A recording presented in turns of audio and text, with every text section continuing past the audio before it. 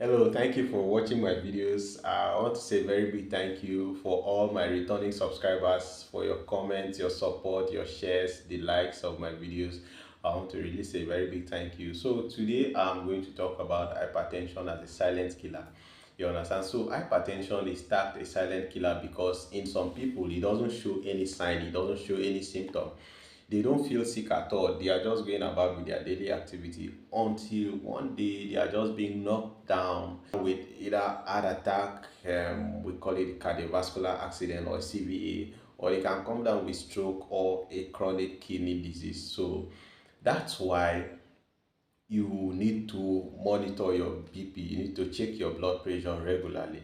You understand? There are things we can do, there are things we can do to actually prevent ourselves. You understand? The first thing is to check your BP. Regular checking of BP can help detect when your BP is on the high side, is rising every day. So regular checking can help prevent this, because if this is seen early, your healthcare provider will counsel you, will guide you, will talk to you about it. You understand? So the things you need to do to actually prevent your blood pressure from getting worse.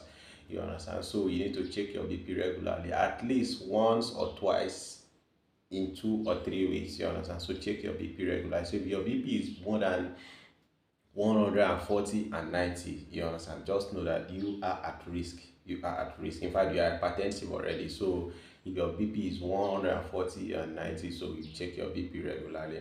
So the second thing is to know, to cut down or reduce the amount of salt that we consume. You understand? Some of you cannot do without salt. For example, you want to prepare rice and stew. The rice you prepared, you already added salt to it. The meat or whatever, the fish you fried for the stew, you added salt to it. The stew itself loaded with salt. So before you know, at the end of the day, the rice, the meat or the fish and the stew all together, you added more than three or 4 teaspoons of salt.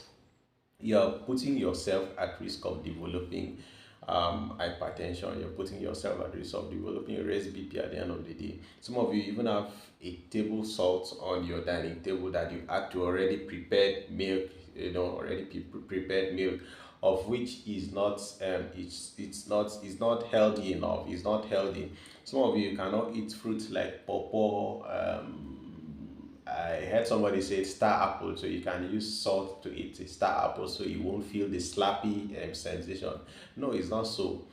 Those salts you're eating, you are putting yourself at risk of developing a raised BP at the end of the day. Okay, so the third thing is exercise.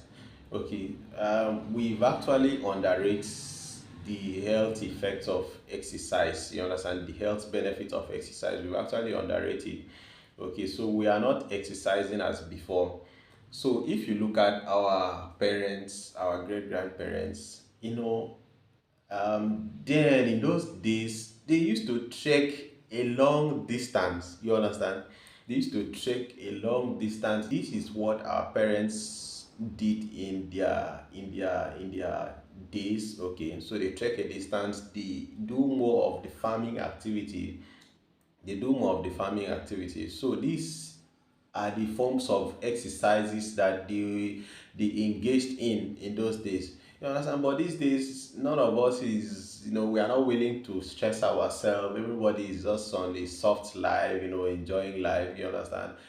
Even the gym, not everybody can afford to, pay for the monthly subscription of gym or this, or the treadmill. So we are not engaged in exercise activities. Some of us in our different offices, but we just go there, sit, and we'll be there from morning till when we close our job. You understand? So it's not helping ourselves, it's not helping our hearts. You understand? So we are putting yourself at risk of coming down with BP at the end of the day. So you can exercise, please do your exercise. You can trek a distance, trek 30 minutes, trek 45 minutes. You can jog, you understand? You can do a push up, you can do a frog jump, you can there are so many exercises you can just engage yourself in. Just keep your hearts, just keep your hearts, on the good health, you understand. So just engage in exercises. Okay, so just keep yourself fit. Okay, this is one of the ways to prevent yourself from coming down, with hypertension. The next thing is to look at is the people that are obese.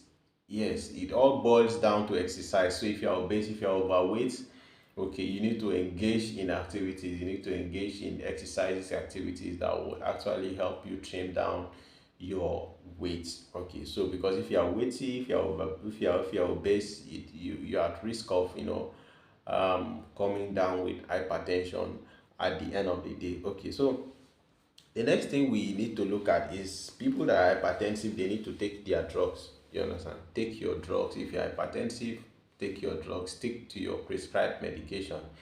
Okay, and talk with your healthcare provider about it. Okay, if you're a smoker, please quit smoking. Quit smoking and stop drinking alcohol, because these actually put you at risk of developing hypertension at the end of the day. So if you are buying